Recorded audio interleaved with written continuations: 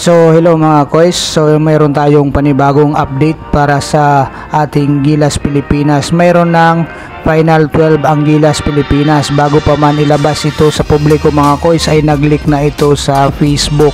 So it's all about basketball. Ang post nga 35 minutes ago ay naglabas na nga ng Final 12 ang Gilas Pilipinas. Ngunit hindi pa nga ito na isa publiko, nauna na itong mag-leak sa Facebook. So ito nga mga koys, nasa sa inyo na kung maniniwala kayo dito o hindi.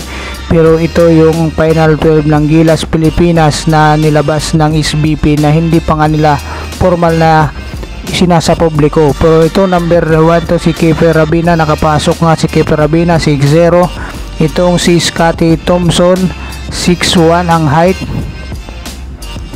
CG Perez mayroon 6'2" ang height. Renz Abando 6'2" ang height. Roger Pugoy 6'2" ang height. Dwight Ramos 6'4". Jordan Clarkson 6'5". Jimmy Malonzo 6'5". Japet Aguilar 6'9". AG Ido 16". Junmar Fajardo 16.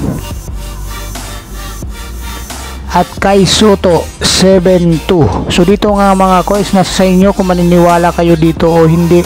Ito ang Final 12 ng ating Gilas Pilipinas para sa FIBA World Cup dito sa bansa natin. So maraming salamat mga koys sa inyong patiwala sa aking YouTube channel. Kung gustuhan nyo ang aking updates, just like, share, and subscribe na rin. Maraming salamat. God bless you all.